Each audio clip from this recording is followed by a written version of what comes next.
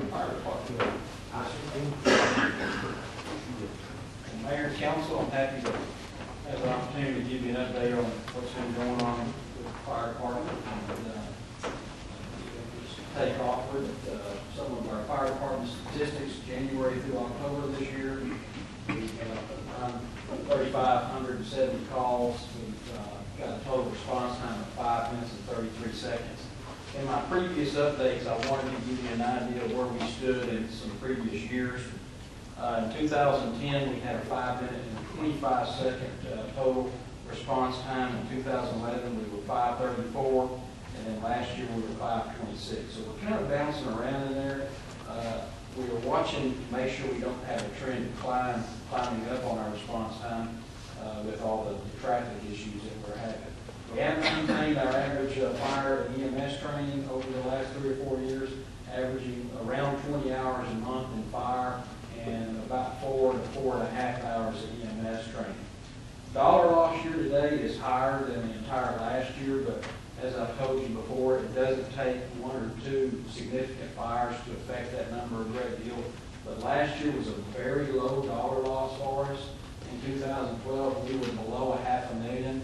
And for a city this size, that's pretty amazing, but it was just, we didn't have any significant major fires. Our pub ed classes are tracking as they generally do, but we are always excited to see the total number in our audiences for our public education. 8,400 adults and children is quite impressive. The smoke detector checks, we've jumped up a great deal on that over the last 12 to 14 months. And that is primarily with the goal to inspect. When we do apartment inspections with code enforcement, we do occupied and unoccupied apartments. So we have stepped that up a great deal, and it, to some degree, is random throughout the complex because we have so many units, but we base it off of when we have non-compliance from smoke detectors, then we step it up a percentage from there. So it's working out pretty well for us. Our pre-fire plans and our commercial business inspections for the year are maintained steady as well. This slide never turns out very well, so I guess I just in the future need to quit putting it up there.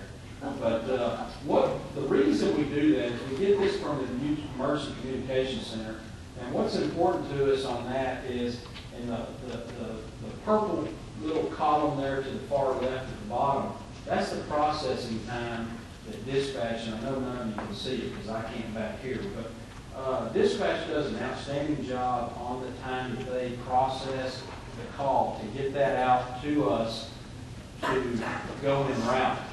And it averages anywhere from 47 to 48 seconds or so. And then we work very hard to try to have our out-of-station time to where we're in the truck rolling en route in a minute or less.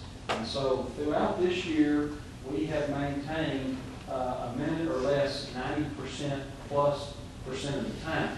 And when you put the drive time in there, that gives us that total response time I was telling you about of 5:33. So that kind of gives you a picture of where we're at from the emergency response aspect of things. So that's from the time the phone rang? Yes, sir. They arrive on the scene. That is correct. Yes, sir. Which is really pretty good, but we always strive. The 2 variables that we work on is the processing time and the out-of-station time. We don't, the drive time is something that we encourage our driver engineers to be very careful and safe. So that's something that typically in the fire service is not touched too much. Traffic can have a role in that, but I think we're holding steady. Looking at the last 4 years, I think we're maintaining a good response time. Community neighborhood events, September through November this year, we participated in some block parties. We also were involved in National Night Out, Fire Department Open House, and the Citizens Fire Academy Alumni Association State Dinner. All of those events we've been involved in and really had good turnouts across the board. This is our new firefighter, Casey Giles. He just started on November the 4th, and he came from Saginaw Fire Department. He tested with us, and he wanted to work here, and what he did though is he was actually only in Saginaw about 6 months. So that was a little tough for him leaving there, being so new with Saginaw Fire Department. And I got a threat from the fire chief over there that we stole him, but we're excited about him so far. He's fitting in very well. This is the new Pierce fire engine that you guys approved here a while back, and it is well underway. And what we are expecting is to take delivery of this fire truck sometime the 1st of December. It will be delivered to Denton for some final inspections and such, either the week of Thanksgiving or right after that. I'm not exactly sure. And we are going to Appleton, Wisconsin, not myself, but Chief Bennett will go to do the final inspection on this fire truck on November 21st and 22nd. So it is progressing very well, and we are excited to get that thing. It will not go in service, you know, the very next week. It will be a few weeks for us to get it, or maybe a little longer. So you may not see it on the streets until mid-December or something like that, but we'll be expediting that as quickly as possible.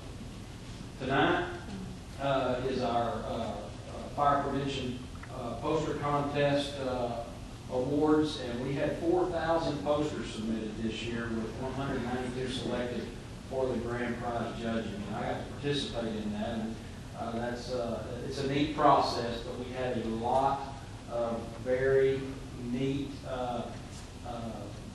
posters submitted. And this year the focus was home cooking safety. This is from last year. I didn't get a picture of the new ones. They're over there on the desk. But the kids will be here tonight, and it'll be a fun time. The safety troop clown program, they had 15 performances at our 8 schools, and they had 4,500 students in attendance for these programs. So they went very well this year. Again, their focus was on the home cooking safety, which was the goal through NFPA this year. That was their main focus. Annual NEFTA firefighter rescue training. As I told you before, we participate twice a year with our neighbors and do group training. Sometimes it's at night. It's kind of driven depending on the time of the year. We do night drills generally in the fall, but this year we opted to do them in Grapevine. A lot of that was decided because of the traffic issues that we're having to get out to TCC, the Northwest Campus. But we've got a warehouse that we've trained at in the past, and we did large area search, firefighter rescue training on this. So it went pretty well. Our guys learned a lot of things on breaching walls and also search techniques in big open, like a grocery store or warehouse or something like that. We have had the opportunity to train at 1441 West Airport Freeway, the old Santa Fe building, and our guys were participating in forcible entry training, some other search. We used smoke machines and things in this building, which we're still using actually with our own instructors to allow our guys to get some good hands-on training here in the city. Our Euless CERT class, 8, they just finished. And it went very well. We had 15 students in that class, and they learned things such as disaster preparedness, fire suppression, EMS, search and rescue, and terrorism. We do that with the police department, and the class went very well this year. Their last night, they did disaster assessment, which is something that communities do use the CERT group when the situation arises, to help do damage assessment in a community. So they are not only for their own good, but they also learn how to help us out if we had a significant event, say like a tornado or something like that in our community. Citizens Fire Academy Class 20. We had 14 students in that class, and they just graduated last week, and they had 12 weeks of training and learning subjects such as fire service history, EMS, fire investigation, suppression, NEFTA, all kinds of different subjects, and this is just some of the areas that they participated in. And that is it.